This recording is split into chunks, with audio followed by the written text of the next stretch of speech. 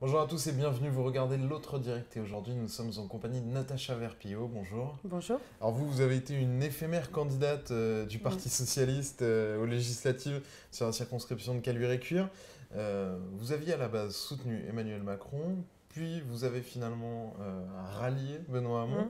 Mm. Comment vous expliquez ce choix que visiblement très très peu de socialistes, à part vous, font?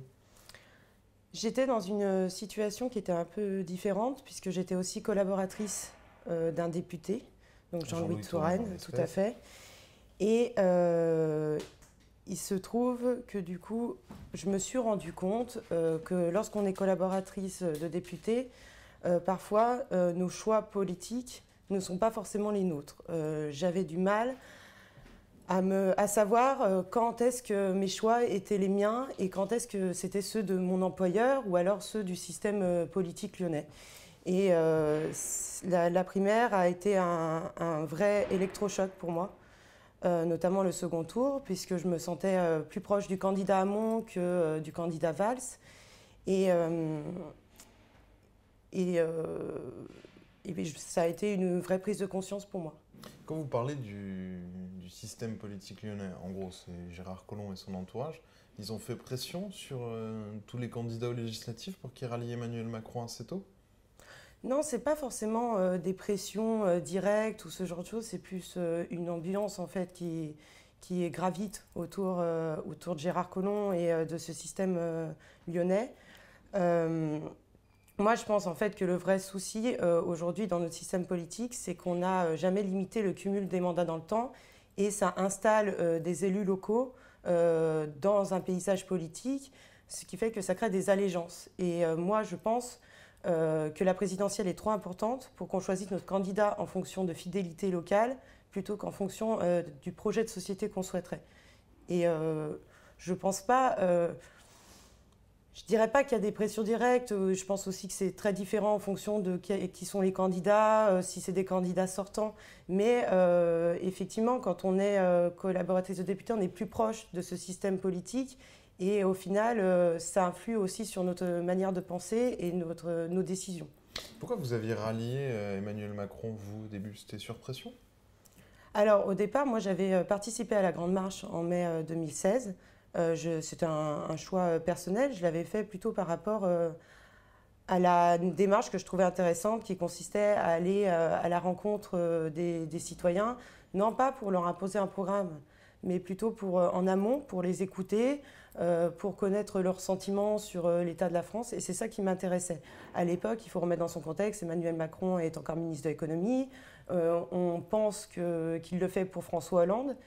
Et moi, je m'étais éloignée d'Emmanuel Macron quand il a annoncé sa candidature à la présidentielle. Et parce que je considérais que, comme il disait qu'il était un homme de gauche, qui devait participer à la primaire de la gauche, c'est pas ce qui s'est passé. Ce n'est qu'en janvier que j'ai été revenue auprès d'Emmanuel Macron parce que je trouvais que la primaire patinait et qu'on était en train de complètement se diviser et j'avais peur que le candidat socialiste n'arrive pas à rassembler.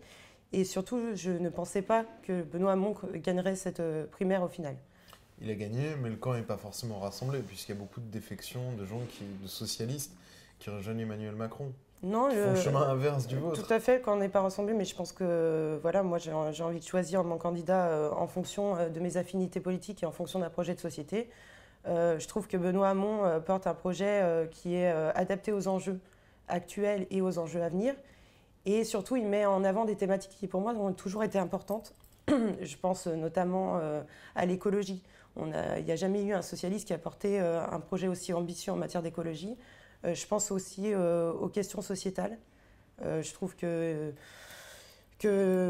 Benoît Hamon a des positions tranchées sur la question sociétale, qui n'est pas dans la synthèse un peu comme l'a fait François Hollande.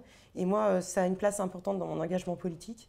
Et enfin, je trouve qu'il a enfin compris les mutations du travail, et notamment sur l'automatisation du travail, sur la réduction du temps de travail ou encore sur l'entrepreneuriat. Vous qui avez participé, comme vous le rappeliez, à la Grande Marche, ce Ouais. diagnostic organisé par les équipes d'Emmanuel Macron, est-ce que quand vous regardez le programme d'Emmanuel Macron, ce travail-là que vous aviez, vous, avec d'autres effectué, vous trouvez qu'il a été repris? Pas tout à fait, parce qu'après, il y a eu des groupes de travail, on va dire, des comités qui se sont montés, et j'avais plus l'impression que c'était une validation des propositions d'Emmanuel Macron plutôt qu'une réflexion par rapport au diagnostic. Et pour vous, le ni gauche ni droite, il est tenu? Oui, il est complètement tenu parce qu'on ne sait pas du tout où il se situe aujourd'hui Emmanuel Macron. Moi, personnellement, ça me gêne beaucoup. Je pense que les clivages se réactiveront en cas d'élection d'Emmanuel Macron, puisqu'aujourd'hui, on sait que la plupart de ceux qui l'ont rallié sont à gauche, un peu désarçonnés par Benoît Hamon. On sait qu'on a des difficultés au Parti socialiste. Pareil à droite avec les affaires Fillon. Et que si ce jour arrive et qu'Emmanuel Macron accède à l'Élysée, je pense que les clivages vont se réactiver, qu'ils vont enfin voir le programme dans la globalité, non pas ce qui les intéresse seulement. Et la Ve République est faite comme ça. Donc ça va devenir très vite ingouvernable. Merci beaucoup pour ce pronostic un peu pessimiste. Non, c'est pas pessimiste, c'est réaliste, je pense. Il y a un problème. Merci d'avoir répondu à nos questions et à notre invitation. On se retrouve très bientôt pour une autre édition de notre direct. Au revoir.